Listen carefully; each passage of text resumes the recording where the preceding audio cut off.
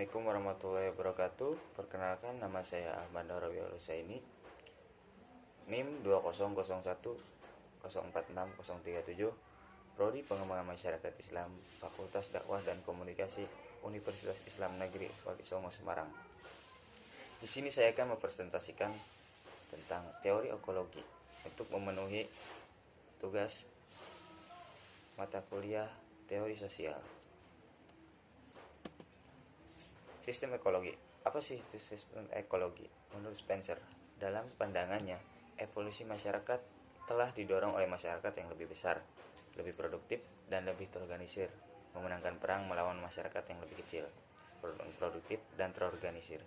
Dengan demikian, alam semesta sosial dapat dikonseptualisasikan sebagai sistem ekologi, di mana superorganismenya atau masyarakat dapat dipandang bersaing satu sama lain untuk mendapatkan sumber daya, dengan masyarakat yang lebih terorganisir dalam persaingan ini. Selanjutnya, menurut Emile Durkheim, yaitu ketika masyarakat menjadi lebih padat secara material dan terkonsentrasi di ruang tertentu, persaingan di antara individu dan unit sosial pasti terjadi. Dengan lebih banyaknya individu dan unit perusahaan yang bertahan dan kurang cocok menemukan ceruk sumber daya baru, dengan demikian mengkhususkan diri menggunakan cara baru. Berikut adalah tabel pengertian menurut Spencer dan Emile Durkheim.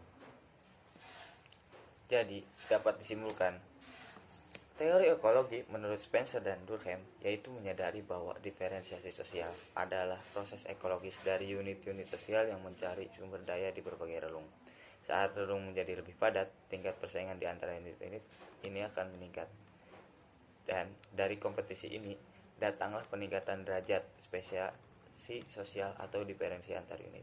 Keduanya memandang proses evolusi masyarakat sebagai diferensiasi atau spesialisasi sosial di dalam dan di antara masyarakat.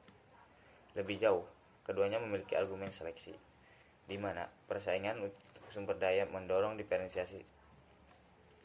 Spencer cenderung menekankan persaingan di antara masyarakat, sedangkan Durkheim menekankan persaingan ini di dalam masyarakat. Dan terlebih lagi, Spencer menyadari bahwa masyarakat dan individu terkadang mati dalam kompetisi ini, sedangkan Durkheim memiliki pandangan yang lebih baik bahwa individu dan unit perusahaan akan mencari sumber daya di ceruk baru jika mereka tidak dapat bersaing di ceruk tertentu yang dihuni oleh aktor yang lebih cocok. Selanjutnya, teori ekologi kontemporer dalam sosiologi.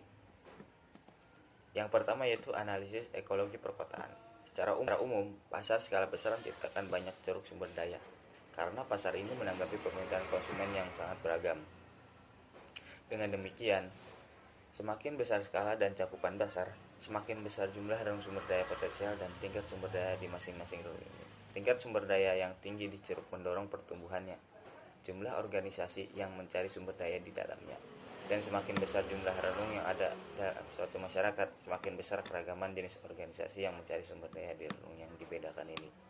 Namun, seiring dengan semakin banyaknya organisasi yang masuk, pada akhirnya akan ada terlalu banyak organisasi dalam relung tersebut. Akibatnya, kepadatan, persaingan, dan seleksi pada organisasi meningkat, sehingga meningkatkan tingkat kegagalan organisasi dari mereka yang tidak dapat berhasil dalam persaingan.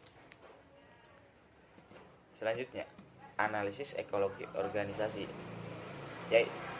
Ekologi organisasi telah menggantikan ekologi perkotaan sebagai bentuk paling umum dari teori ekologi dalam sosiologi. Tujuan dari analisis ini populasi organisasi adalah untuk memahami mengapa jumlah organisasi di ceruk tumbuh dan mengapa pada titik tertentu banyak organisasi di ceruk mulai gagal. Inti dari model ekologi organisasi dimulai dengan jumlah organisasi di ceruk relatif terhadap tingkat sumber daya yang tersedia di ceruk ini. Ketika jumlah organisasi dalam suatu ceruk meningkat, ceruk tersebut menjadi lebih padat, dan dengan meningkatnya kepadatan, begitu pula persaingan di antara organisasi dalam ceruk tersebut. Selanjutnya, yaitu teori ekologi tingkat makro dalam sosiologi. Organisasi dan komunitas adalah struktur mesolevel yang berdiri di antara analisis sosial dan kelembagaan tingkat makro, yaitu masyarakat ada dalam lingkungan fisik, sosial, dan biologis tempat mereka harus beradaptasi. Masyarakat melakukannya dengan membentuk sistem saling ketergantungan di antara anggota populasi dan unit sosial yang mengatur aktivitas mereka. Dinamika yang mendasari bagian sistem dari sekitar penubuhan populasi dan kemudian diferensiasi populasi ini dan unit-unit yang mengatur aktivitas mereka hingga batas yang ditentukan oleh teknologi. Secara khusus, Hawley menekankan bahwa 3 kelas teknologi memungkinkan pembangunan sarana dan prasarana, yaitu 1 untuk komunikasi, 2 transportasi, dan 3 produksi. Sekian presentasi dari saya. Kurang lebihnya mohon maaf apabila ada kekurangan. Bila taufiq wal hidayah. Assalamualaikum warahmatullahi wabarakatuh.